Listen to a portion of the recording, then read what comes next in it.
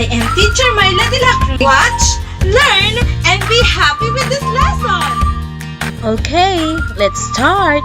What did you observe in the picture? Very good. There is ladder, house, mountain, and skirt. Did you know that there are different lines in ladder, house, mountain, and skirt?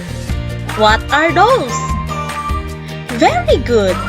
Horizontal line, vertical line, curved line, diagonal line, and so much more.